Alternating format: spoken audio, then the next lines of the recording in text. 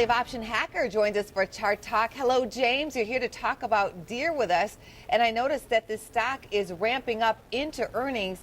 Can this stock keep on going at that pace? Right, so the underlying trend is relatively bullish going into the earnings report here. However, it's important to look at how Deere normally behaves on earnings day. And if we take a look at how it's traded over the past 8 quarters, we see that it's sold off 7 times on earnings day with an average move of around 2.5%. Now, this time around, market maker is implying a move of around 2.6%, which is right in line with that historical average. With such bearish action historically on earnings day, it's really hard for me to justify anything but a short position in this stock.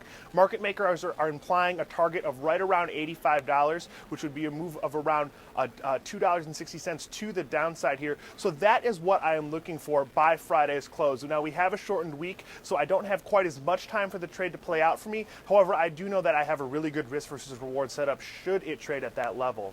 Do lower oil prices play into your trade, James? Not exactly in this Deere trade.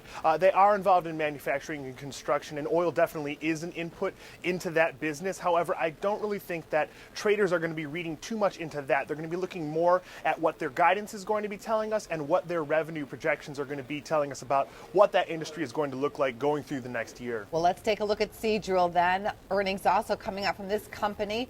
This is one of those beaten down stocks.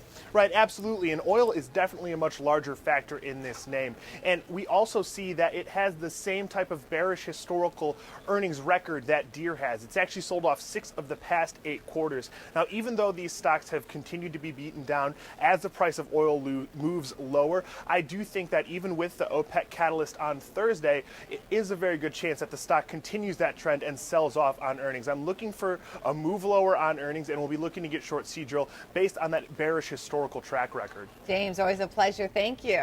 Thank you.